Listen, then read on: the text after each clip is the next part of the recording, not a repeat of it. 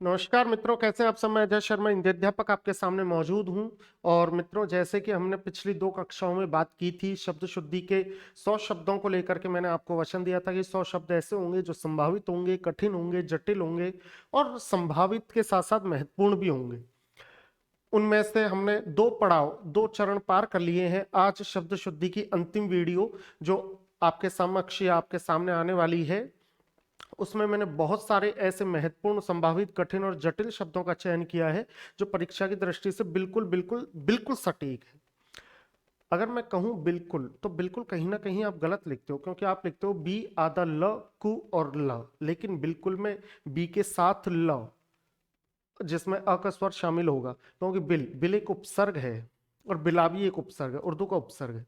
इसलिए इन छोटी छोटी चीजों को हम ध्यान में रखते हुए, समझते हुए फिर आगे चलेंगे।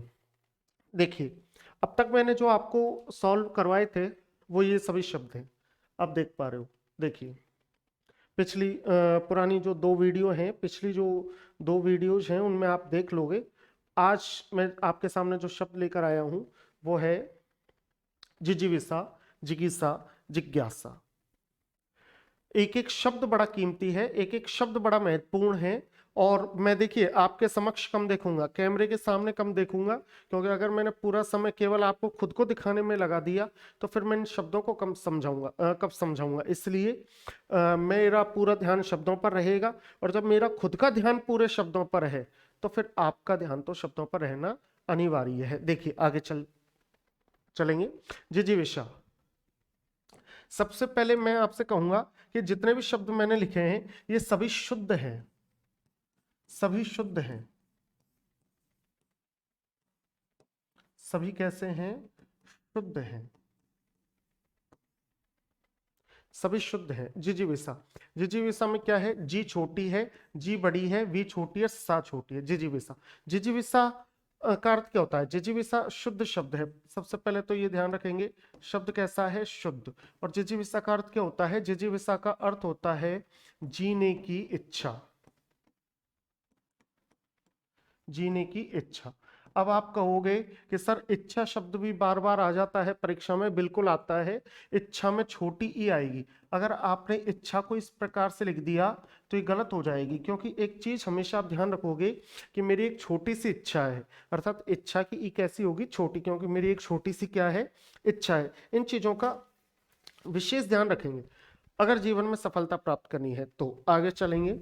परीक्षा में अगर सफल होना है तो छोटी छोटी चीजें हैं, इनको साथ में लेकर चलेंगे। जिज्ञासा, जिज्ञासा, जिज्ञासा का जो अर्थ है बड़ा ही महत्वपूर्ण है। और जिज्ञासा का अर्थ आप स्वयं मुझे बताओगे, मैं आपको नहीं बताऊंगा। उसके पहले एक सामान्य से शब्द की बात कर लेते हैं।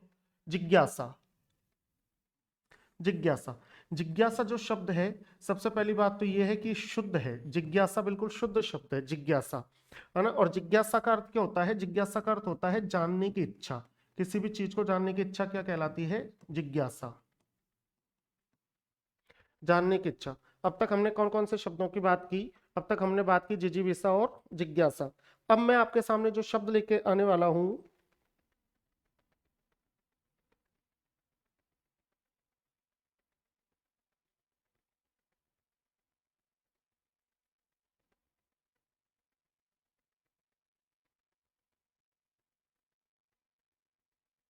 अब मैं जो आपके सामने शब्द लेके आने वाला हूं उसका नाम है जिज्ञासा। देखिए, जिज्ञासा का अर्थ आप स्वयं बताएंगे, जिज्ञासा का अर्थ क्या होता है? जिज्ञासा का बहुत आसान अर्थ है। देखो, जिगी, जिगी यानी जागना। सबसे पहले तो मैं आपको बताऊंगा कि ये शुद्ध शब्द है। और जिज्ञासा का अर्थ होता है जागने की इच्छा, जागने की इच्छा। इसको क्या बोलते हैं? जिज्ञासा। तो जिजीविसा, जिज्ञासा और जिज्ञासा, इन तीनों शब्दों का मैंने आपको अर्थ बताया। आगे चलते हैं। जिगत्सा, कितनी अच्छी शब्द, कितना अच्छा शब्द है। जिगत्सा, जिगत्सा, जिगत्सा का अर्थ क्या है? जिगत्सा, सबसे पहले तो हम ये देखेंगे, शुद्ध शब्द है, शुद्ध शब्द है। और जिगत्सा का अर्थ क्या होता है? जिगत्सा का अर्थ होता है भूख या भोजन की इच्छा, भूख या भोजन की इच्छा, इसको हम क्या बोलते हैं, जिगस्सा। इसको क्या बोलते हैं भाई, जिगस्सा। इसके बाद जिघांसा। मैंने देखिए सभी शब्दों का चयन किया है, सभी शब्दों का समाकलन कर दिया, और उसके पीछे सबसे बड़ा कारण यह है कि आप कहीं ना कहीं भ्रमित ना हो, आपको इधर उधर भटकना ना पड़े, क्योंकि किताबों में जब आप देखते हो तो आपको जिघत्सा इस वाली पुस्तक में मिलेगा, और इसी पुस्तक के 2 पन्ने छोड़ करके आपको मुमूर्षा मिलेगा। तो इस तरीके से जगह जगह भटक कर अगर आप शब्दों का चयन करते हैं और फिर अपने विद्यार्थियों को देते हैं, अभ्यर्थियों को देते हैं, तो कहीं ना कहीं उस पुण्य में आप भी भागीदार हैं और उनका फायदा तो है ही है। देखिए आगे चलते हैं, जिघांसा। जिघांसा का अर्थ क्या होता है, बहुत अच्छा शब्द है जिघांसा। जिघांसा के बारे में अगर मैं बात करूं तो जिघांसा शुद्ध शब्द है, शुद्ध शब्द है, और जिघांसा का अर्थ होता है मारने की इच्छा।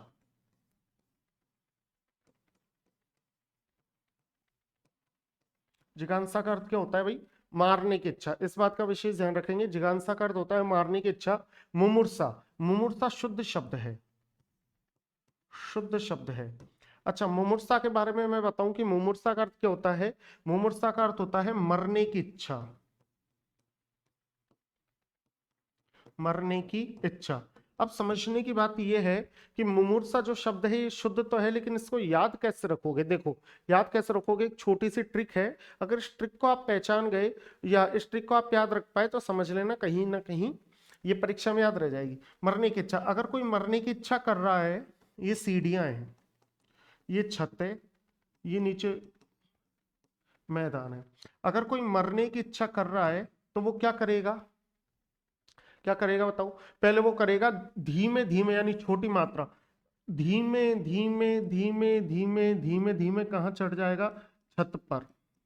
तो सबसे पहले तो धीमे धीमे छोटे छोटे कदमों से कि किसी को पता ना चल जाए कहाँ चढ़ जाएगा आत्महत्या करने के लिए, छत पर। और छत पर जाकर फिर जोरदार तरीके से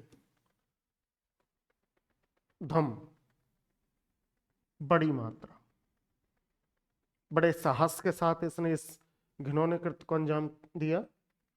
तो मुमूर्षा, मुमूर्षा ने मरने की इच्छा। जब कोई मरने की इच्छा क्या करेगा, करेगा तो क्या करेगा, धीमे धीमे धीमे धीमे पहले सीढ़ियों पर जाएगा और फिर धड़ाम देनी सी नीचे गिर जाएगा। तो पहले छोटा स्वर और उसके बाद दीर्घ स्वर, पहले हर स्वर फिर दीर्घ। आगे चलेंगे, तितिरसा। तितिरसा देखो, तितिरसा, तितिरसा का अर्थ क्या होता है। तितिरसा सबसे पहले तो मैं आपको बताऊंगा, शुद्ध शब्द है तितिरसा, शुद्ध शब्द है। और तितिरसा का अर्थ क्या होता है, तितिरसा का अर्थ होता है तैरने की इच्छा, तैरने की इच्छा तितिरसा है, तैरने की इच्छा तितिरसा कहलाती है। वहीं पर मैंने एक शब्द कहा विजिगिस्ता। विजिगिस्ता देखो कितना अच्छा शब्द है, विजिगिस्ता। विजिगिस्ता शब्द ऐसे ही नहीं मिलता, बहुत मेहनत करनी पड़ती है तब मिलता है। ये विजिगिसा। विजिगिसा अर्थ का अर्थ, शब्द का अर्थ क्या होता है। विजिगिसा में वी से आप याद रखोगे विजय, विजय, प्राप्त करने की इच्छा।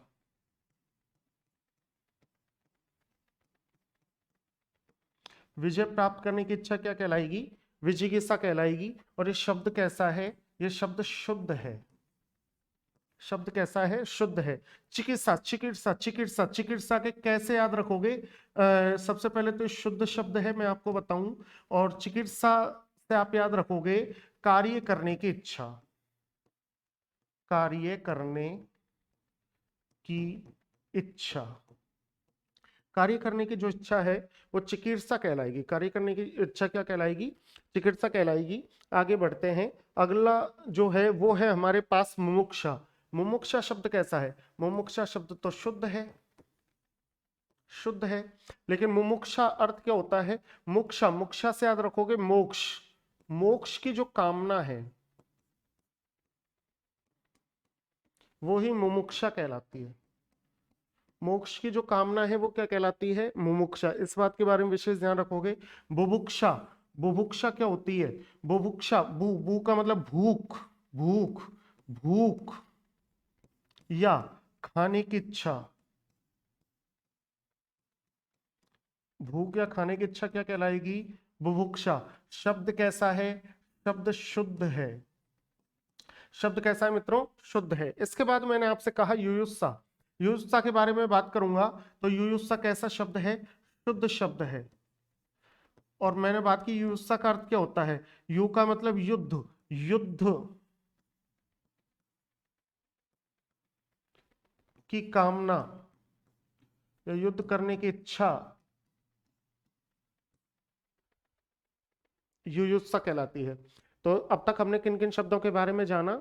अब तक हमने जाना जिजीविसा, जिजीविसा यानी जीने की इच्छा, जिगिसा यानी जागने की इच्छा, और जिज्ञासा यानी जानने की इच्छा, जिघत्सा, जिघत्सा का अर्थ खाने की इच्छा, भोजन की इच्छा, जिघांसा यानी मारने की इच्छा, मुमुर्सा यानी मरने की इच्छा, तितिरसा, तितिरसा का मतलब तैरने की इच्छा, विजिगिसा यानी विजय प्राप्त करने की इच्छा, और चिकित्सा यानी कार्य करने की इच्छा। उसके बाद मैंने आपसे बात की मुमुक्षा, मुमुक्षा का मतलब मोक्ष की इच्छा, बुभुक्षा यानी खाने की इच्छा, युयुत्सा यानी युद्ध की इच्छा, पिपासा, पिपासा, पिपासा की बात करेंगे। देखिए पिपासा, पिपासा की अगर मैं बात करूंगा तो पिपासा का अर्थ क्या होता है? सबसे पहले तो ये जानेंगे कि एक कैसा शब्द है? शुद्ध शब्द है, शुद्ध शब्द है। पिपासा का अर्थ क्या होता है? पिपासा का अर्थ होता है प्यास या पीने की इच्छा। पीने की इच्छा क्या कहलाती है? पिपासा कहलाती है भाई। अभीप्सा, अभीप्सा देखो बहुत अच्छा शब्द है, अभीप्सा बहुत अच्छा शब्द है, अभीप्सा। सबसे पहले तो मैं आपको बताऊं कि ये शुद्ध शब्द है, शुद्ध है। अभीप्सा का अर्थ होता है प्रबल इच्छा, प्रबल इच्छा, ये अभीप्सा होता है। ये बना कैसे?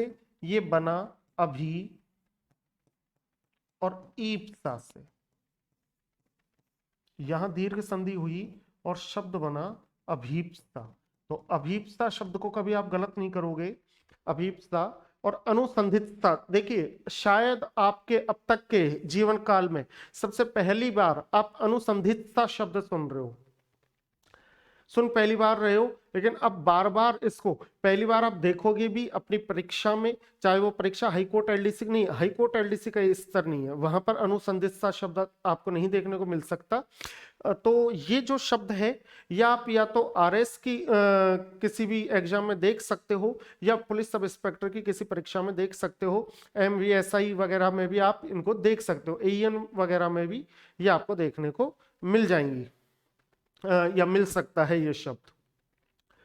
लेकिन छोटी मोटी परीक्षाएं जो हैं एलडीसी यूडी, इनमें नहीं, इसका स्तर ऊंचा है, अनुसंधित्सा, अनुसंधित्सा। और जितना स्तर इसका ऊंचा है उतना ही आसान शब्द है अनुसंधित्सा। अनुसंधित्सा के बारे में अगर मैं बात करूं तो सबसे पहले तो ये शब्द शुद्ध है, शुद्ध शब्द है। अब आप इसका अर्थ बताएंगे कि अनुसंधित्सा शब्द का अर्थ क्या होता है? बहुत अच्छा शब्द है, बताओ अनुसंधित्सा शब्द का अर्थ क्या होता है? अच्छा शब्द है। अरे भाई अनुसंध, यहां तक तो आप खुद याद रखोगे, अनुसंधान की इच्छा, अनुसंधान यानी खोज, अनुसंधान की कामना या इच्छा अनुसंधित्सा कहलाती है। अनुसंधान की इच्छा क्या कहलाएगी? अनुसंधित्सा कहलाएगी। इस बात पर विशेष ध्यान देंगे। अगला जो शब्द है वो कौन सा है? अगला शब्द है सिसृक्षा। सिसृक्षा शुद्ध शब्द है, सिसृक्षा सर्जन करने की इच्छा, सिसृक्षा। सिसृक्षा का अर्थ क्या होता है? सिसृक्षा का अर्थ होगा रचना करने की इच्छा,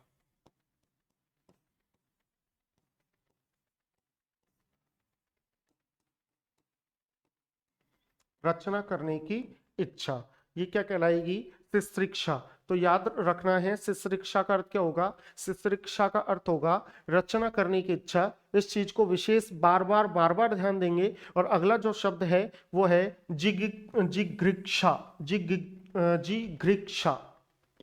देखिए कितना अच्छा शब्द है, शब्द है जिघृक्षा। जिघृक्षा का अर्थ क्या होता है? सबसे पहले तो हम ये देखेंगे कि शुद्ध शब्द है, इसका अर्थ क्या होता है? इसका जो अर्थ होगा जिघृक्षा का, इसका अर्थ होगा पकड़ने की इच्छा,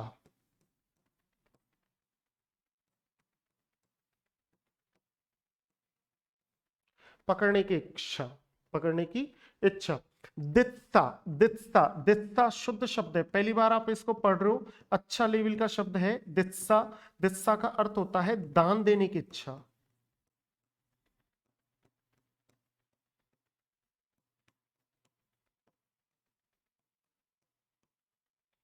दित्सा, दान देने की इच्छा।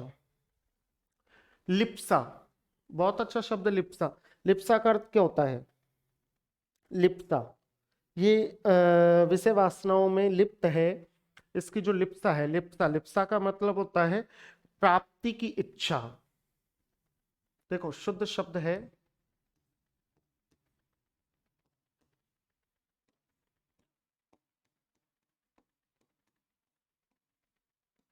प्राप्ति की इच्छा। एक शब्द में अगर हम इसको कहें तो हम कह सकते हैं कामना। विवक्षा, बहुत अच्छा शब्द है विवक्षा। विवक्षा का अर्थ क्या होता है? विवक्षा सबसे पहले तो मैं कहूंगा शुद्ध शब्द है, शुद्ध शब्द है, शुद्ध शब्द है विवक्षा। विवक्षा का अर्थ क्या होता है? विवक्षा का अर्थ होता है बोलने की इच्छा।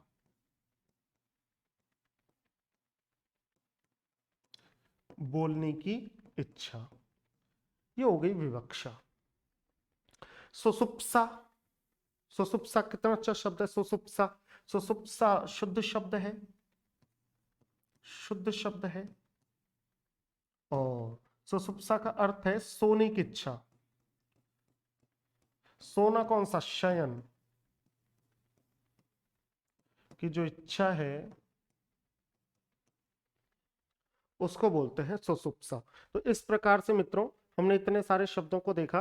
देखिए आज हमने देखा कि जिजीविषा, जिगीषा, जिज्ञासा, जिगत्सा, जिघांसा, मुमुर्षा, तितिर्षा, विजिगिषा, चिकित्सा, मुमुक्षा, बुभुक्षा, युयुत्सा, पिपासा, अभिप्सा, अनुसंधित्सा, सिसृक्षा, जिघृक्षा, दित्सा, लिप्सा, विवक्षा, सुसुप्सा, इन शब्दों के बारे में हमने बात की।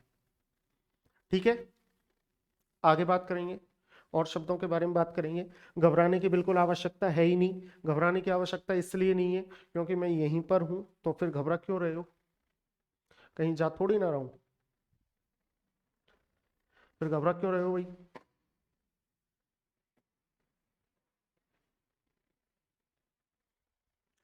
बिल्कुल घबराने की आवश्यकता नहीं है। देखिए, ओके ओके, आगे बात करेंगे, अगले शब्दों के बारे में बात करेंगे। देखिए आपकी जो मैं बार बार कमेंट के माध्यम से भी जो आप कमेंट करते हो उन कमेंटों का मैं रिप्लाई देता हूँ। ये मेरी आदत है। आदत क्यों है? कि दुनिया फंसी रहती है फेसबुक पर, व्हाट्सएप पर, इंस्टाग्राम पर। फेसबुक, व्हाट्सएप, इंस्टाग्राम ये एक ऐसा दलदल है कि आप इसमें जितना बचने की कोशिश करोगे, जितना बाहर निकलने की कोशिश करोगे, उतने इस दलदल में फंसते चले जाओगे। उसके पीछे सबसे बड़ा कारण यह है कि आपने एक पोस्ट डाल दी। उस पोस्ट के पीछे क्या होगा कि आपके लाइक आएंगे, कमेंट आएंगे। उन कमेंटों को देख रहे हो, वहां से आपको फिर कोई और व्यक्ति दिखा, आप उसकी पोस्ट वगैरह देखने लग गए। वहां से फिर कोई तीसरा व्यक्ति दिखा, तब तक 2 लाइक और आ गए। उन 2 लाइकों को देखोगे तब तक एक मैसेज आ गया, मैसेज देखोगे, इतनी देर में आपके 15-20 मिनट चले गए। आप अपने मार्ग से भटक गए, आप अपने लक्ष्य से भटक गए। बात आपने किसी से की नहीं, लेकिन 20 मिनट आपने खराब कर दिए। तो उस संबंध में क्या करता हूं मैं कि ना फेसबुक, व्हाट्सएप, इंस्टाग्राम, इनसे दूर रह करके और मैं ज्यादा से ज्यादा समय आपके कमेंट्स को देता हूं। मैं देखता हूं कि मुझसे लोगों की अपेक्षाएं क्या हैं, आप सबकी अपेक्षाएं क्या हैं। जैसे मुझसे पूछा गया एक कमेंट्स में कि पुल्लिंग और पुंसत्व, इन दोनों शब्दों के बारे में सर बताना, तो मैंने कल की वीडियो में बताया। मुझसे पूछा गया कि संधि नहीं, मुझसे पूछा गया एक शब्द था और कि सर इसमें संयोग है क्या? नीरज शब्द, नीरज शब्द।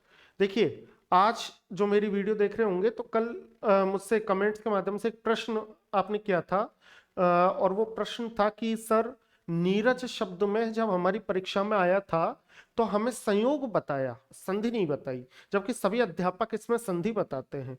तो मार्गदर्शन करें। कमेंट्स पे मैं इसको समझा नहीं सकता था, लेकिन मैंने आपको बताया कि हाँ इसमें संयोग भी है, केवल मात्र संयोग ही नहीं है, संयोग भी हो सकता है, परिस्थिति के अनुसार हो सकता है। देखिए कैसे, दो शब्द हैं, दो शब्द हैं। पहला जो शब्द है, पहला जो शब्द है वो है नीरज,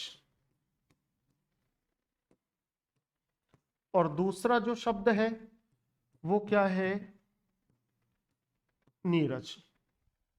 अब एक नीरज में तो मैंने लिख दिया, ध्यान से समझना, एक नीरज में तो मैंने लिख दिया कि इसमें तो है भैया संधि, और इसमें क्या लिख दिया कि इसमें है संयोग। एक में तो संधि और एक में संयोग है, एक में तो संधि है और एक में क्या है, संयोग है, और संयोग के साथ साथ प्रत्यय है, प्रत्यय भी शामिल है। अब आप कहोगे कि हमने तो नीरज शब्द हमेशा संधि में ही पढ़ा है, फिर आप संयोग कैसे कह सकते हो? और संयोग और संधि में अंतर क्या है? संयोग और संधि में अंतर है कि संधि का मतलब है कि दो वर्णों के मिलने से ध्वनि में परिवर्तन होना। देखो बहुत अच्छी बात बता रहा हूं मैं आपको, देखो ध्यान से समझना। मैंने आपसे कहा कि दो वर्णों के मिलने पर ध्वनि में परिवर्तन होने को हम संधि कहते हैं, उस प्रक्रिया को हम संधि कहते हैं। यत्र द्वयोः वर्णयोः मेलम भवति तत्र संधिः भवति ध्वनि विकारेण। इसका मतलब क्या है? इसका मतलब है कि जहां पर दो वर्ण आपस में मिलते हैं वहां पर संधि होती है, लेकिन दो वर्णों का मिलना संधि नहीं, क्योंकि वो तो अक्षर में भी मिल जाते हैं, वो तो किसी शब्द में भी दो वर्णों का मेल होता है। फिर संधि कहाँ होगी? संधि पूर्ण तब मानी जाएगी जब दो वर्णों के मेल होने से ध्वनि में परिवर्तन उत्पन्न होता है, परिवर्तन होता है, विकार उत्पन्न होता है। मैंने आपसे पहला शब्द कहा 5 और दूसरा शब्द कहा 100। मैंने आपसे पहला शब्द क्या कहा? 5 और दूसरा शब्द कहा 100। जब मैंने आपसे 5 कहा, 100 कहा, और मैंने कहा कि आप इन दोनों शब्दों को एक साथ मिलाकर बोलो कि 5 का तो च और 100 का स, ये दोनों एक साथ जब आते हैं, इनका प्रयोग एक साथ होता है, तो 5 और 100 मिलकर के 500 बन जाता है। आप कभी भी ऐसे नहीं कहते कि मुझे 500 रुपए चाहिए, आप कहते हो कि मुझे 500 रुपए चाहिए। आप कहते हो कि थड़ी पर 5-7 लड़के खड़े, 5-7 लड़के खड़े नहीं है, 5-7 लड़के खड़े। अर्थात च के बाद जब न आया तो च किस में बदल गया? न में बदल गया। समझ पा रहे हो? ये हमारी ध्वनि में विकार उत्पन्न होता है, ध्वनि में परिवर्तन होता है वर्णों के आपस में आ जाने पर। आप तो ये तो है संधि। और संयोग क्या है? कि दो वर्ण आपस में मिले, लेकिन मिलने के बाद ध्वनि में कोई परिवर्तन उत्पन्न ना हो। अब देखो नीरज शब्द के बारे में समझते हैं। नीरज शब्द के बारे में हम समझेंगे कि हमारी संधि में एक नियम है, व्यंजन संधि में, व्यंजन संधि में एक नियम है कि यदि नी है यानी विसर्ग, सॉरी ये व्यंजन में भी माना है, ये विसर्ग में भी पढ़ाया जाता है, ध्यान रखना। ये कहाँ पढ़ाया जाता है? ये व्यंजन में भी माना गया है, ये विसर्ग में भी पढ़ाया गया है। व्यंजन में तो इसको कहाँ माना है? व्यंजन में तो आप अगर नव्य व्याकरण या नवीन व्याकरण देखोगे, मैं देखो आपको एक एक तथ्यात्मक रूप से बता रहा हूं। नवीन व्याकरण अगर आप पुस्तक देखोगे तो उसमें 60 पेज नंबर पर, पेज नंबर 60 पर साफ कहा गया है कि नीही और दूहू नहीं होते। पेज नंबर 60 पर क्या कहा गया है? कि नीही और दूहू नहीं होते। नवीन व्याकरण की, नवीन व्याकरण पुस्तक में पेज संख्या 60 पर स्पष्ट रूप से कहा गया है कि नीही और दूहू नहीं होते। लेकिन हमारी जो आरपीएस आंसर की जारी करती है उसमें नीही और दूहू का स्थान उसने दे रखा है, स्पष्ट रूप से दे रखा है, इस चीज का ध्यान रखना। तो मैं आपको, तो ये उनके हिसाब से तो व्यंजन संधि में शामिल हो गया, निर प्लस रच वाला। और विसर्ग संधि में हम किस प्रकार से इसको पढ़ाते हैं या पढ़ते आए हैं? देखो कि विसर्ग और विसर्ग के बाद कोई भी रेवण से कोई भी रेवण आ गया, विसर्ग से पहले तो क्या होना चाहिए? ई या ऊ का स्वर होना चाहिए, फिर विसर्ग होना चाहिए, और फिर आ गया रेवण। जब विसर्ग से पहले ई या ऊ हो और विसर्ग के बाद रे वर्ण हो तो देखो विसर्ग का तो हो जाएगा लोप, और यहां पर जो ई और ऊ वर्ण है इनकी हो जाएगी वृद्धि, सॉरी वृद्धि नहीं, इनका दीर्घीकरण हो जाएगा।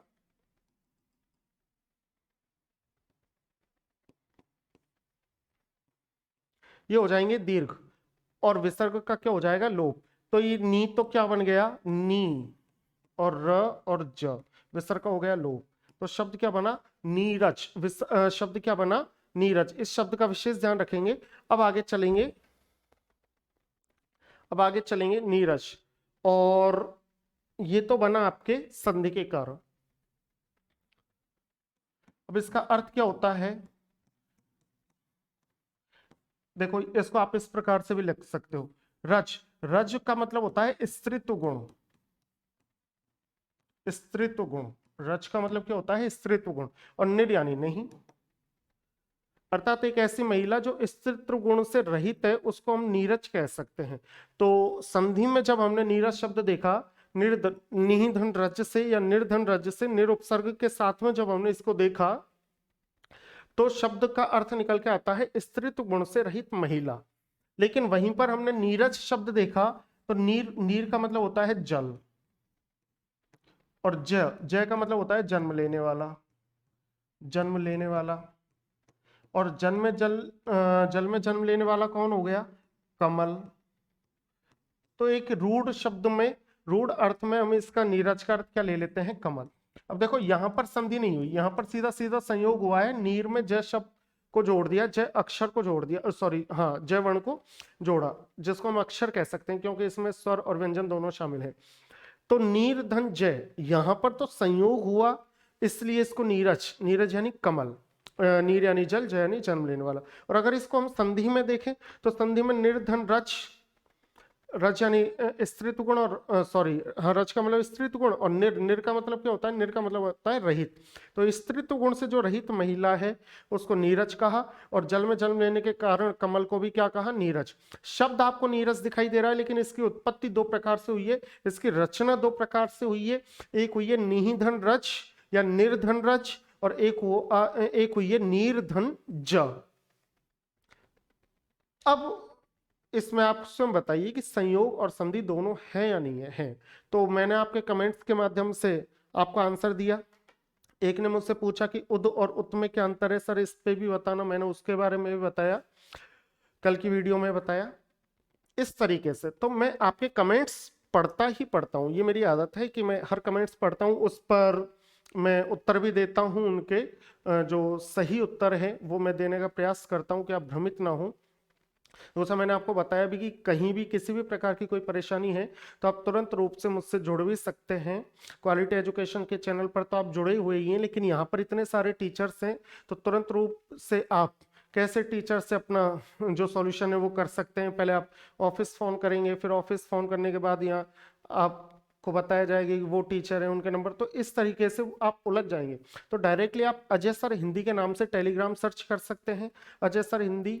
तो वहाँ जो मेरा टेलीग्राम चैनल जुड़ेगा उस पर मैंने आलतू फालतू नहीं जोड़ रखे, जो वास्तव में पढ़ने वाले हैं, जो जिज्ञासु हैं, जिनके प्रश्न निरंतर रूप से आते रहते हैं, मैंने केवल उन्हीं को वहाँ पर ज्वाइन किया हुआ है, शामिल सॉरी ऐड किया हुआ है, शामिल किया हुआ है। तो समझने वाली बात क्या है कि आप टेलीग्राम पर भी सर्च कर सकते हैं अजय सर हिंदी, फेसबुक पर सर्च कर सकते हैं अजय शर्मा हिंदी, सॉरी अजय सर नहीं अजय शर्मा हिंदी, फेसबुक पर सर्च कर सकते हैं, टेलीग्राम पर अजय सर हिंदी के नाम से सर्च कर सकते हैं, और बाकी यूट्यूब पर तो आप क्वालिटी एजुकेशन के माध्यम से मुझे देख ही रहे हैं। बाकी अपना जो भी प्रश्न हो वो आप अपने यूट्यूब के कमेंट के माध्यम से मुझे बताएं, और इस चैनल को लाइक करें, सब्सक्राइब करें, और सबसे बड़ी बात है कि कमेंट तो अवश्य करें ही करें। ये कमेंट्स नहीं है, ये हैं कि आपकी उपस्थिति मुझ तक पहुंची है, आपकी जो प्रेमिल और ऊर्जित उपस्थिति है वो मुझ तक पहुंची है, इसका बहुत बड़ा जरिया है व्यक्त करने का कमेंट। आगे चलते हैं, अगले शब्दों की तरफ चलेंगे। देखिए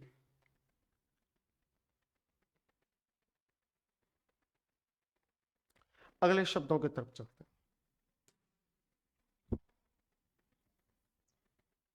अब मैं आपके सामने अशुद्ध शब्द लिखूंगा, ये है। सबसे पहले तो मैं आपके सामने अशुद्ध शब्द लिखता हुआ चलूंगा। अशुद्ध शब्द लिखने का सबसे बड़ा फायदा ये है कि आपको वो शब्द ऐसे लगेंगे कि अरे ये तो शुद्ध है। जैसे कल मेरे पास एक कमेंट आया था, एक कमेंट आया था कि सर ये सभी मुझे शुद्ध लग रहे हैं। अरे हाँ, सभी शुद्ध लगेंगे भाई। अगर आपको ये सभी शब्द शुद्ध नहीं लगते तो मैं पढ़ाता ही क्यों? आपको लगेंगे, सभी शुद्ध लगेंगे, परीक्षा में भी सभी शुद्ध लगेंगे, लेकिन फिर इनमें भी अशुद्धि वो ही निकालेगा जो पढ़ करके गया है, जिसने वीडियो देखी है, अध्ययन किया है, वो ही फिर देख सकेगा कि ये शुद्ध शब्द है या अशुद्ध शब्द है। तो मैं आपके सामने सबसे पहले तो अशुद्ध शब्द लिखूंगा। अशुद्ध शब्द लिखने के बाद फिर आपको देखना है कि ये शुद्ध है या अशुद्ध है। उसके बाद मैं बताऊंगा ही बताऊंगा कि इनमें क्या या किस प्रकार की अशुद्धि है। तो सबसे पहले मैं लिखता चल रहा हूं। मैं रोज आपके लिए चयन करता हूं, अच्छे शब्दों का चयन करता हूं, विगत परीक्षा प्रश्न पत्रों में से शब्दों का चयन करता हूं, संभावित शब्दों का चयन करता हूं, क्लिष्ट शब्दों का चयन करता हूं, जटिल शब्दों का चयन करता हूं। तब जाकर के एक महत्वपूर्ण तैयारी के साथ आपके सामने आता हूं कि तैयारी मैं कर लूं, क्योंकि मुझे कोई एग्जाम देनी नहीं है, तो मेरे पास तो समय ही समय, तो तैयारी मैं कर लेता हूं। मत मैं लेता हूं, घी तुम ले जाना। देखिए ध्यान से समझते हुए चलेंगे।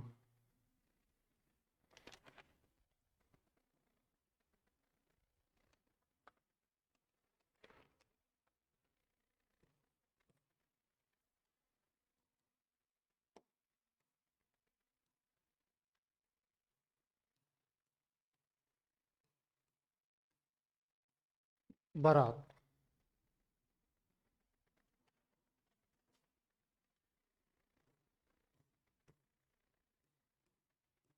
लेकिन हम तो क्या बोलते हैं कि बारात में जा रहा हूं। अरे भाई कहाँ जा रहा है? बारात में जा रहा हूं। जगत चार दीवारी।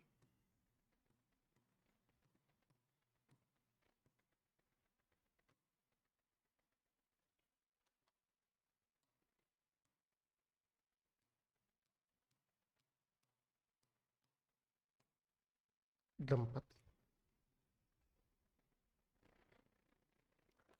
चार दीवारी। मंगल कामनाएं।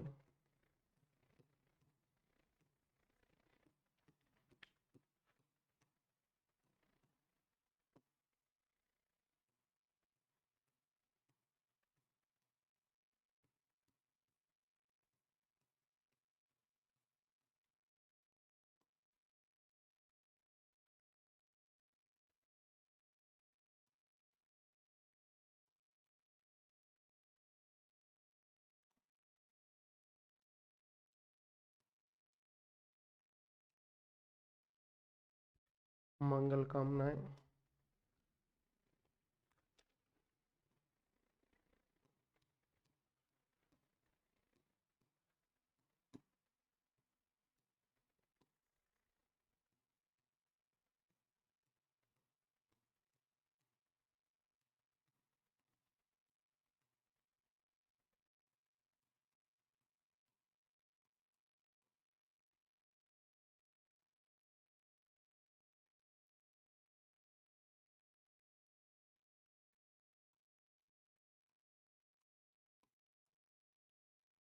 ग्रसित।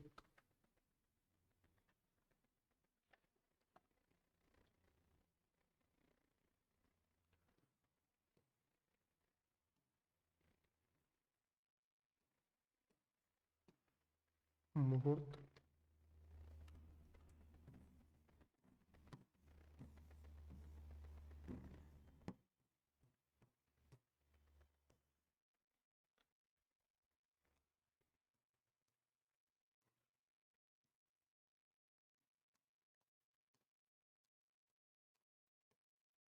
ठीक है।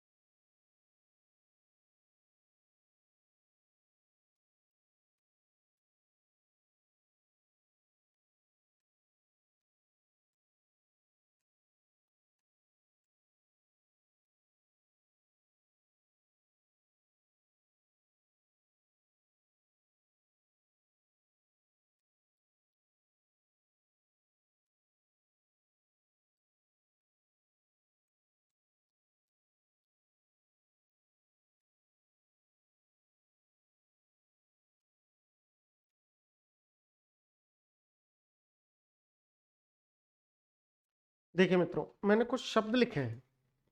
मैंने क्या लिखे हैं? कुछ शब्द लिखे हैं और इन शब्दों को हम देखेंगे। अब इनमें देखने वाली बात क्या है? देखो, विशेष बात क्या है ये तो आप भी जानते हो। विशेष बात ये है कि हम पढ़ रहे हैं शब्द शुद्धि। जब हम शब्द शुद्धि पढ़ रहे हैं तो शब्द शुद्धि में सबसे बड़ी बात यह है कि हमें अशुद्ध शब्द भी किसकी तरह प्रतीत होते हैं? शुद्ध शब्दों की भांति लगते हैं, शुद्ध शब्दों जैसे लगते हैं।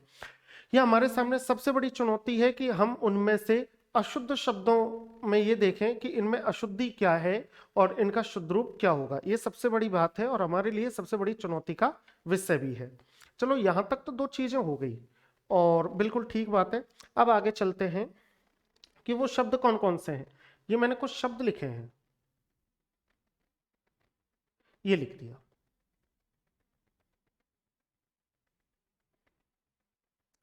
बारात।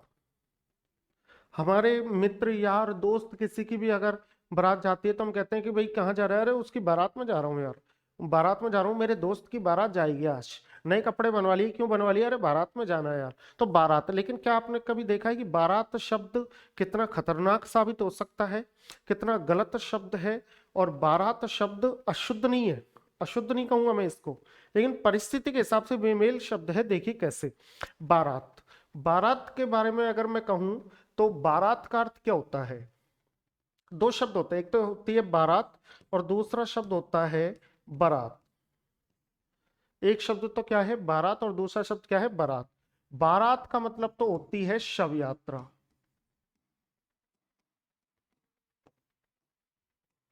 बारात का मतलब तो क्या होती है? शव यात्रा। और बारात का मतलब होती है वर यात्रा। वर यात्रा। बारात का मतलब क्या होगी? वर यात्रा। अब देखिए, ये भी शुद्ध है और ये भी शुद्ध है। लेकिन अगर बारात आ गया तो फिर शब्द शुद्धि में आप इसको अशुद्ध मान लोगे, क्योंकि यहाँ पर बारात शव यात्रा के योग में नहीं, बारात आपको किसके योग में आएगा? वर यात्रा के योग में आएगा। तो वर यात्रा के योग में बारात शब्द तो अशुद्ध है। इसलिए जब शब्द शुद्धि का प्रश्न आए तो आपको बारात सही मानना है।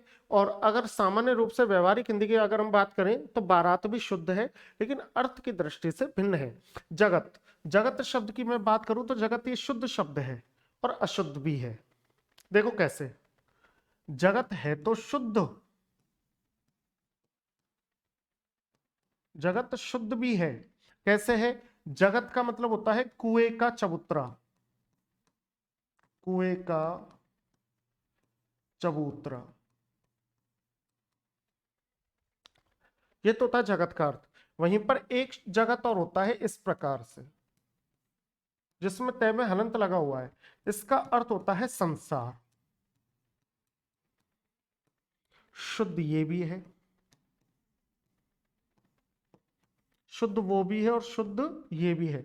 लेकिन समझने की बात क्या है कि एक जगत मतलब कुएं का चबूतरा, कुएं के चारों तरफ बना हुआ जो चबूतरा है उसको जगत बोलते हैं। और एक जगत हो गया संसार। संसार वाले जगत को याद करने का सबसे बढ़िया तरीका क्या है? संसार वाले जगत को याद करने का सबसे बढ़िया तरीका है कि आप कैसे याद रखोगे? आप याद रखोगे कि इस संसार में सब एक दूसरे की टांग खींचने में लगे हुए हैं। इस संसार में सभी एक दूसरे की क्या खींचने में लगे हुए हैं?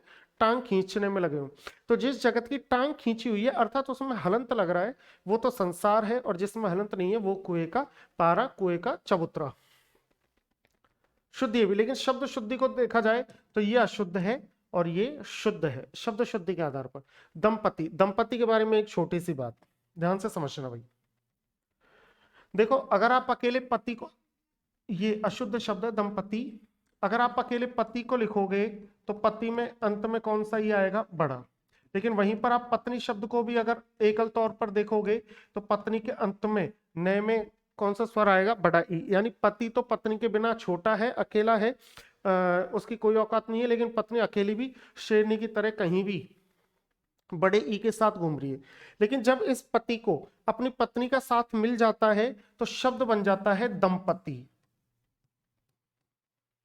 अब यहां पर ये जो पति है इसको अपनी पत्नी का साथ मिलते ही पति कैसा हो गया? फूल के कुप्पा हो गया। और फूल के कुप्पा हो गया इसलिए इसका मतलब क्या हो गया? दंपति यानी पत्नी पत्नी का जोड़ा। और ये शब्द कैसे हो गया? शुद्ध। तो दंपति अशुद्ध शब्द है। अगर पति में लास्ट में तय में दीर्घ ई है तो फिर वो शुद्ध शब्द है। आगे चलते हैं।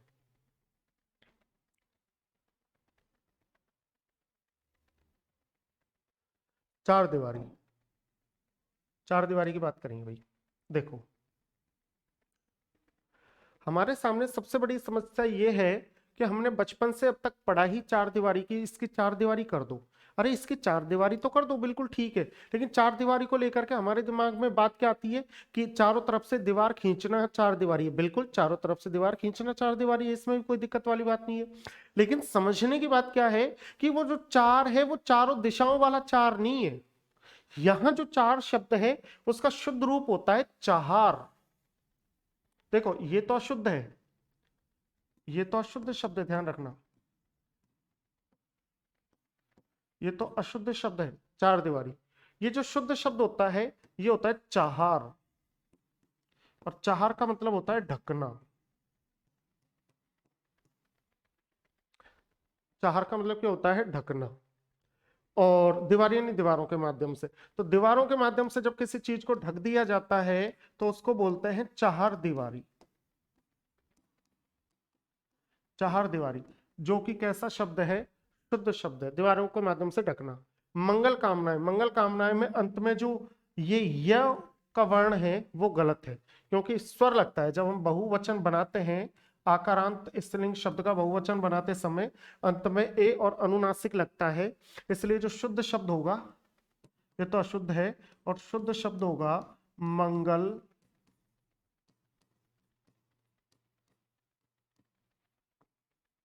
कामनाएं। ये शुद्ध है, मंगल कामनाएं। आकर्षित, आकर्षित में इत प्रत्यय नहीं लगेगा भाई, ये ध्यान रखना। आकर्षित में इत प्रत्यय नहीं लगेगा, तो एक ऐसा शब्द हो गया, ये अशुद्ध शब्द हो गया। आकर्षित का शुद्ध शब्द होता है आकृष्ट। शुद्ध शब्द क्या हो गया? आकृष्ट। क्रोधित में भी इत प्रत्यय नहीं लगेगा, ध्यान रखना, इसलिए शब्द कैसा हो गया? अशुद्ध। अशुद्ध हो गया। तो शुद्ध शब्द क्या है? शुद्ध शब्द है क्रुद्ध। ये शुद्ध है, क्रुद्ध। और ग्रसित में भी इत प्रत्यय नहीं लगेगा, तो ध्यान रखना, ग्रसित गलत शब्द है। शुद्ध जो शब्द होता है वो होता है ग्रस्त, दुर्घटनाग्रस्त। इस तरीके से मैं देखिए उन्हीं शब्दों को लेकर आया हूं, उन्हीं शब्दों का चयन किया है जो बहुत महत्वपूर्ण है और शानदार शब्द है, और परीक्षा की दृष्टि से बहुत ज्यादा संभावित होने के साथ साथ जटिल है, कठिन है और महत्वपूर्ण तो है ही। इनकी महत्ता केवल आपको कहां पता चलेगी? जब आप परीक्षा कक्ष में बैठे होंगे। आगे चलते हैं। मुहूर्त, मुहूर्त शब्द देखना आप, मुहूर्त।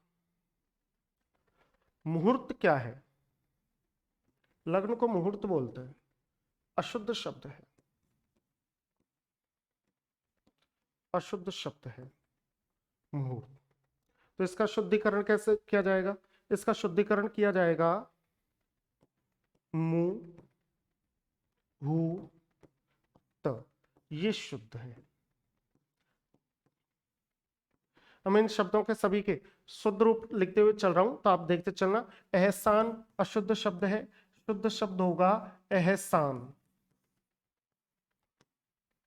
और केकई, केकई देखो, पहले दोनों मियाँ बीवी एक साथ रहते थे, फिर इसने ऐसी बदमाशी की कि श्री राम को वनवास भेज दिया, कुचक्र नीति अपनाकर, और कुचक्र नीति में फंसकर मंथरा के इस कारण से केकई, पहले दोनों जने रहते थे, फिर दशरथ जी ने प्राण त्याग दिए और दशरथ जी ने प्राण त्यागे तो अकेली रह गई। तो ये याद करने का तरीका है कि केकई ये भी शुद्ध है, या फिर केकई दीर्घ ईश्वर के साथ भी शुद्ध है। आगे बढ़ेंगे। बहुत सारे शब्द, अरे वाह, अभी तो बहुत सारे शब्द हैं। देखो, उड़ंत स्त्री, उड़ंत स्त्री, उड़ंत स्त्री में गलती यहां पर है भाई, इसलिए अशुद्ध है, इसलिए अशुद्ध है। उड़ंत स्त्री का जो शुद्ध शब्द होगा वो होगा उड़न तश्तरी, तालव्य से आएगा, ये शुद्ध है। गांधी, गांधी को देखो अब तक हम लिखते पढ़ते गलत आए हैं, गलत हमने देखा है। गांधी जो शब्द है वो अशुद्ध शब्द है। मैं जानता हूं कि यहां पर आप सभी के माध्यम से मेरा विरोध किया जाएगा, और विरोध इसलिए किया जाएगा क्योंकि कहीं ना कहीं, ध्यान से समझना, कहीं ना कहीं आपको लगता है कि ये वाला गांधी आज तक हमने पढ़ा है, सुना है, तो ये शुद्ध है। लेकिन प्रामाणिक हिंदी व्याकरण को लेकर के मैं आया हूं, इसलिए मैं आपको बताऊंगा कि ये गांधी बना कैसे। इसका शुद्ध शब्द तो है, देखो ये गांधी, या आप इसको ऐसे भी लिख सकते हो गांधी, ये इसका शुद्ध रूप है। ये बना है गंधिन शब्द से, गंधिन, गंधिन इसमें मूल शब्द है। तो गांधी, गांधी का मूल शब्द अनुस्वार वाला है, इस चीज को विशेष ध्यान रखोगे। मुफ्त, मुफ्त में आप देखोगे कि गलती कहां है, मुफ्त में इस फे में गलती है भाई। क्यों गलती है? क्योंकि यहां पर नुक्ता आना चाहिए था, नुक्ता। तो शुद्ध मुफ्त क्या होता है? शुद्ध मुफ्त होता है ये बड़ी कठिनता का विषय है, और असंभव है कि चीज शुद्ध भी मिले और मुफ्त भी मिले। तो एक तो मुफ्त शब्द का मिलना परीक्षा में, और वो मुफ्त भी मिले और शुद्ध भी मिले, तो बड़ी गंभीर बात हो गई। देखिए, करेंगे करेंगे, कभी भी क्रियावाचक शब्दों में जो गे होता है अंत में, उसमें अनुस्वार नहीं आता, इस चीज का विशेष ध्यान रखेंगे। इसलिए यह अशुद्ध हो गया, इसलिए अशुद्ध हो गया। ये जो बिंदी है इसका क्रम यहां पर होना चाहिए। देखिए, एंगे प्रत्यय है, एंगे, एंगे प्रत्यय है, ध्यान रखना। इसलिए जो शुद्ध करेंगे होगा, वो करेंगे शब्द ये शुद्ध है। करेंगे, चलेंगे, मरेंगे, खाएंगे, पिएंगे, सभी में गे पर कभी भी अनुस्वार नहीं आता। दृष्टा जो शब्द है वो अशुद्ध हो गया। क्यों हो गया? क्योंकि वास्तविक जो दृष्टा शब्द है वो तो शुद्ध ये है, ये शुद्ध शब्द है। और सृष्टा जो शब्द है, ये सृष्टा शब्द भी अशुद्ध है, इस री के कारण ये अशुद्ध हो गया। तो शुद्ध शब्द क्या है? शुद्ध शब्द है सृष्टा, सृष्टा। देखो कितने अच्छे अच्छे शब्द हैं, ध्यान से समझते चलना। शब्द है एनक, शब्द क्या है? एनक। मैं आपको बता देना चाहता हूं, एनक इसलिए अशुद्ध हो गया क्योंकि, अशुद्ध हो गया क्योंकि यह ए है, जबकि शुद्ध शब्द है ऐनक, ये शुद्ध है, ऐनक। 53 में इस रे के कारण ये गलत हो गया और अशुद्ध हो गया।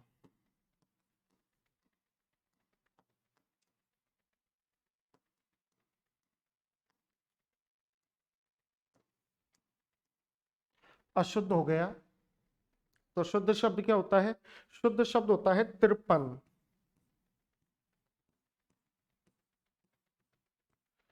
शुद्ध शब्द क्या होगा? 53। और ये 31 नहीं होता, इसलिए अशुद्ध है। शुद्ध शब्द होता है 31। शुद्ध शब्द क्या होता है? 31। तो इन शब्दों को आप परीक्षा की दृष्टि से लेकर के चलेंगे, बहुत महत्वपूर्ण शब्द हैं। मैं लाइव आना चाह रहा था, लेकिन समय का इस प्रकार से व्यवस्थित है समय, कि इस समय लाइव में आप सभी कोचिंग में होंगे, और शाम को जब आप इस समय मुझे देख रहे हो तो ये शाम का समय है। और शाम को जब आप सभी जगह से थक हार करके घर में बैठे हो, रजाई में बैठे हो, रजाई में बैठते हुए यूट्यूब चलाते हो, तो सबसे पहले मेरा चेहरा आपके सामने आ जाता है, अजय सर हिंदी। और आप देखते हो यार राइटिंग बड़ी सुंदर है, कौन है ये? फिर आप देखते हो अरे यार ये तो पढ़ा भी बड़ा बढ़िया रहा है। फिर आप देखते हो अरे ये तो चैनल भी बड़ा शानदार चैनल है, बड़ा अच्छा चैनल है क्वालिटी एजुकेशन के नाम से। फिर आप देखते हो कि अरे वाह, ये तो पीएसआई का बैच चल रहा है।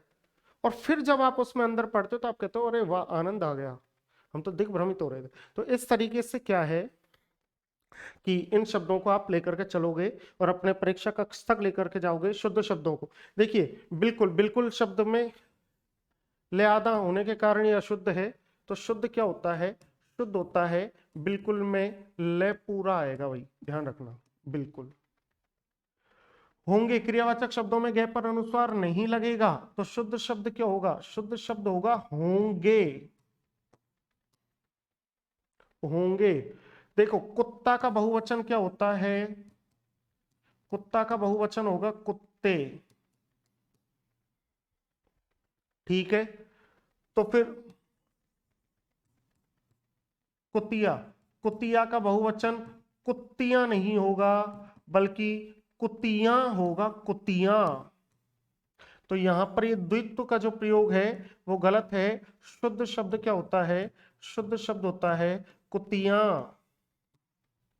कुतियां, कुत्तियां नहीं, कुतियां। इन चीजों को ध्यान में लेकर चलोगे। अगले जो शब्द है कीर्तिमान, देखो ये भी शुद्ध है और ये भी शुद्ध है, इसलिए भ्रम उत्पन्न करने वाले शब्दों को वो देता ही नहीं है। कीर्तिमान, कीर्तिमान में यहां पर प्रत्यय का प्रयोग है भाई, प्रत्यय का प्रयोग है, ध्यान रखना। और प्रत्यय का प्रयोग तो है, यहां तक तो आप समझ गए। ये संस्कृत के शब्द हैं। संस्कृत में देखो, जहां तक मुझे याद है, दो प्रकार के प्रत्यय होते हैं, एक मतु प्रत्यय होता है और एक शानच प्रत्यय होता है। मतु प्रत्यय होता है, शानच होता है ना। और दोनों में मान, मति, मत और माने, माना, मानम कुछ इस प्रकार से चलता है। पुल्लिंग में मान, फिर स्त्रीलिंग में मानव, और फिर मानव और मानम, और उसी प्रकार से एक में चलता है मान, मति, मत। एक में विसर्ग लगता है और एक में हलंत लगता है। यहां देखो वही मान है, लेकिन एक में हलंत है, और उसी कीर्ति शब्द में एक में क्या लगा है? विसर्ग लगता है, लेकिन यहाँ हिंदी में हम विसर्ग को लिखेंगे नहीं। तो कीर्तिमान जिसमें हलंत है और एक कीर्तिमान जिसमें हलंत नहीं है, उन दोनों शब्दों को अगर हम लेकर के चलें तो दोनों के अर्थ में कहीं ना कहीं परिवर्तन है। कीर्तिमान का जो अर्थ होगा वो तो होगा यशस्वी, यशस्वी। लेकिन आपने ऐसे कीर्तिमान खड़े कर दिए, तो कीर्तिमान, कीर्तिमान का मतलब उपलब्धि, उपलब्धि। कीर्तिमान का मतलब क्या होता है? उपलब्धि होता है, उपलब्धि। ये चीज हाँ देखने वाली चीज है, अच्छी चीज है। कीर्तिमान का मतलब क्या होगा? उपलब्धि। रिकॉर्ड या सिद्धि भी आप लिख सकते हो, रिकॉर्ड या सिद्धि। ठीक है, तो दोनों ही शुद्ध हैं। ये कीर्तिमान भी शुद्ध है, ये कीर्तिमान भी शुद्ध है, दोनों ही शुद्ध हैं। आगे चलेंगे, अगले शब्दों की बात करेंगे। संसद सदस्य, संसद सदस्य अशुद्धि का कारण बन गया, क्योंकि संसद सदस्य, अरे मैं आपको बताऊं कि एक शब्द तो है संसद और दूसरा शब्द क्या है? सदस्य। दोनों की हमने क्या कर दी? संधि।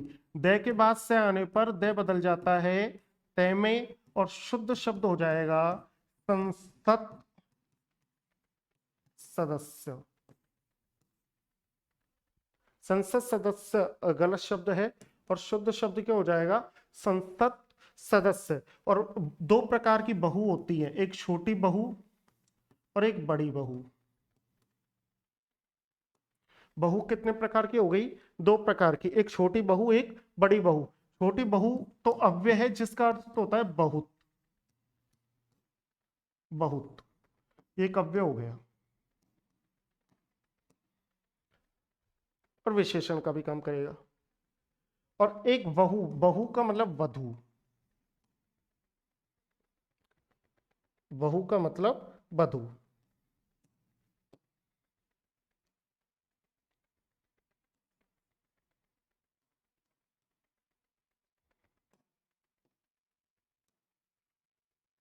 अब ये शब्द कैसे बना? ये शब्द बना बहु धन उद्देश्य। तो शुद्ध शब्द क्या होगा? शुद्ध शब्द होगा संधि होने के कारण बहुउद्देशीय, बहुउद्देशीय। तो शुद्ध शब्द क्या है? शुद्ध शब्द ये है, और ये बहुउद्देशीय जो गलत है, ये संसद सदस्य भी गलत है।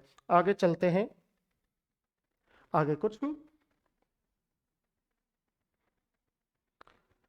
देखिए मित्रों, शब्द यहाँ पर खत्म नहीं हुए।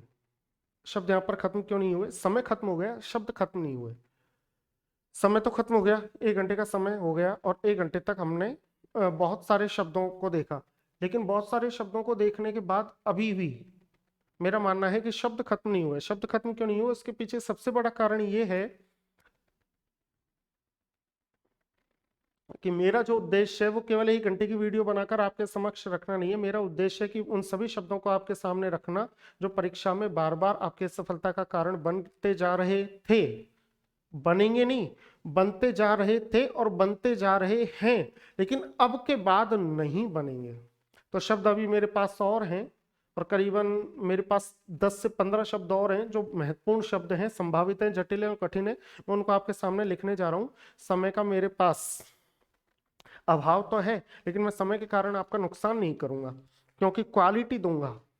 क्वालिटी दूंगा, क्वालिटी के साथ किसी भी प्रकार की छेड़छाड़ नहीं करेंगे। देखिए अगले शब्द देखते हैं। कुछ शब्द जो बच गए देखते चलो, लिख देता हूं मैं।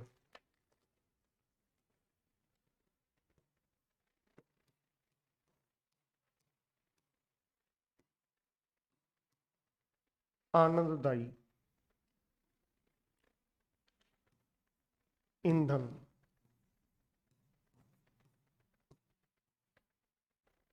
गुणीजन,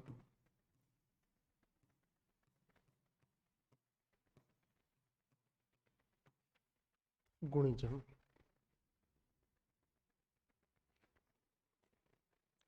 पाणिनि,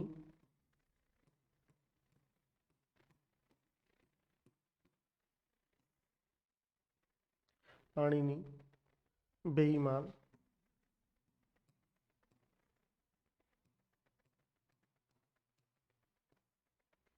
पाणिनि, बेईमान, पूर्ति,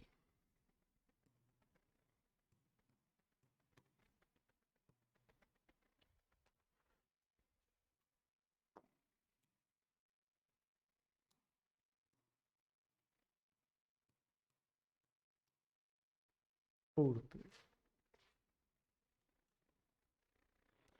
भार्यापति,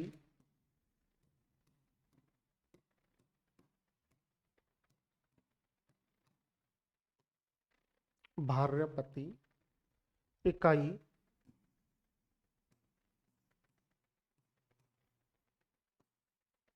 भार्यापति, इकाई, निरोग,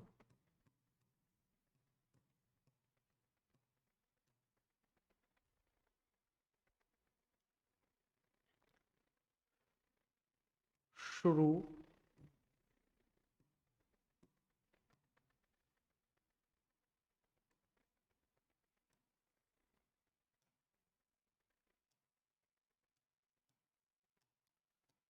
शुरुआत,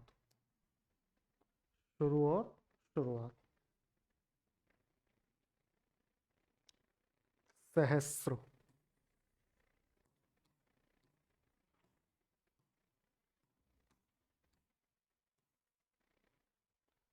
सहस्त्र,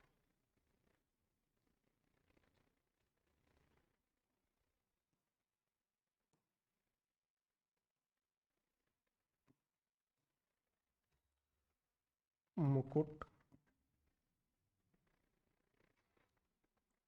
मुमुक्षा,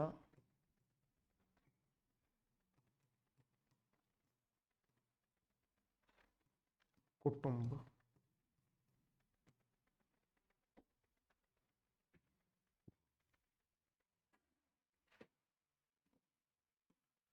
शुश्रूषा,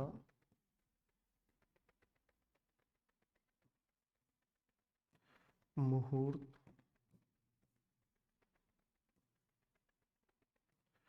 मुमूर्षा, जुनून,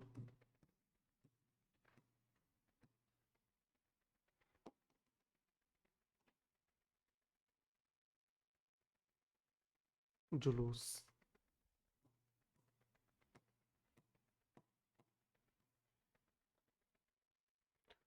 नुपुर,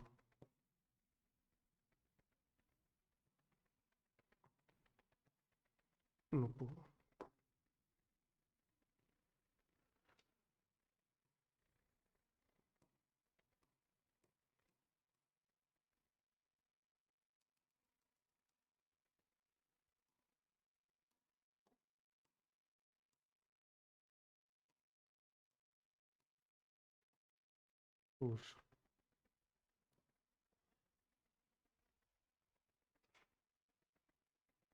देखो मित्रों, ये शब्द मैंने लिख दिए, अब इन पर बात करेंगे। ज्यादा तो मैं समय नहीं लूंगा, ज्यादा समय नहीं लूंगा, बस इनके शुद्ध रूप देखेंगे। आनंददायी में ये गलती है, इसलिए गलत है। तो शुद्ध रूप क्या है? शुद्ध रूप है आनंददायी।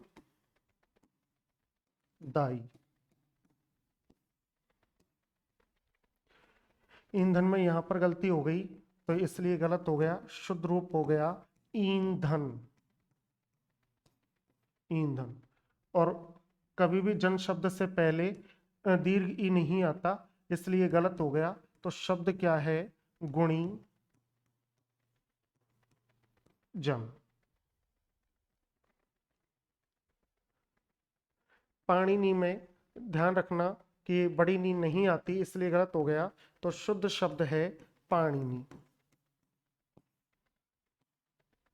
बेईमान में ईमान गलत है, क्योंकि ई बड़ी आती है, तो शुद्ध शब्द होगा बेईमान। पूर्ति में तय में हिर्स स्वर आता है, पूर्ति। तो इन चीजों को ध्यान रखेंगे। आगे चलेंगे। भार्या पति, भार्या के साथ जब पति शब्द का प्रयोग होगा तो फिर शब्द बनेगा भार्या पति। इकाई में शुरू में बड़ी ई नहीं आती, इसलिए गलत हो गया। तो शुद्ध शब्द हो गया इकाई। निरोग में बड़ी नी आती है भाई, तो शुद्ध शब्द होगा निरोग।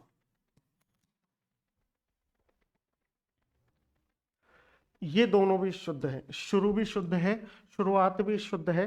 ध्यान रखना, दो प्रकार के रू होते हैं, ये छोटा रू और ये घुंडी वाला बड़ा रू। ये तो दीर्घ हो गया और ये हर्ष हो गया।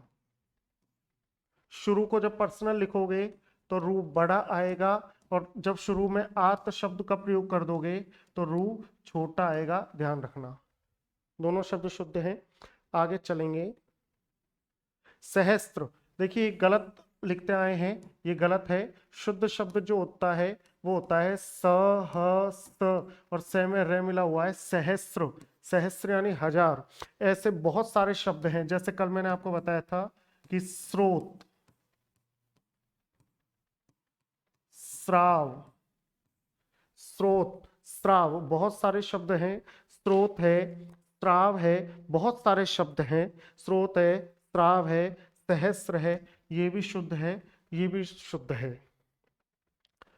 ये देखो, ये सभी शुद्ध हैं। ये सभी कैसे हैं? सभी शुद्ध हैं,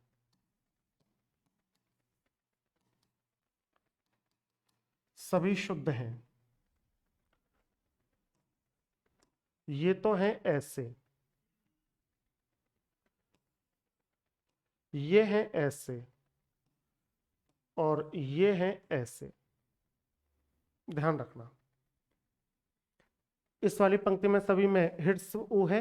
इसमें शुरुआत में हिट्स है, बाद में दीर्घ, और इसमें शुरुआत में दीर्घ, बाद में हिट्स है। तो इस चीज का विशेष ध्यान रखना। अंत में एक शब्द लिख दिया मैंने, पूज।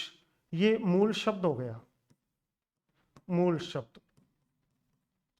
एक तरफ तो मैंने लगा दिया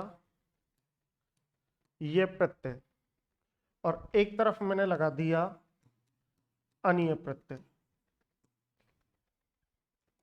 जब ये प्रत्यय लगाया तो शब्द बना पूज्य, जो ठीक है। और जब अनीय प्रत्यय लगाया तो शब्द बना पूजनीय, जो भी ठीक है।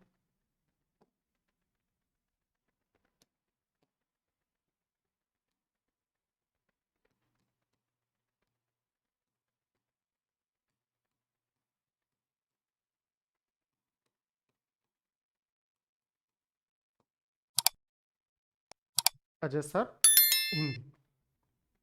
ठीक है, बहुत बहुत धन्यवाद आपका। इसी तरीके से बने रहिए क्वालिटी एजुकेशन के इस चैनल पर, और यहाँ पर मैं लाता रहूँगा अलग अलग प्रकरणों से महत्वपूर्ण जो 100 शब्द हैं उनको, तब जाकर आपकी सफलता में कहीं ना कहीं मेरा योगदान होगा, जो मेरे लिए भी पुण्य का विषय है और आपके लिए तो सौभाग्य का विषय है। बहुत बहुत धन्यवाद।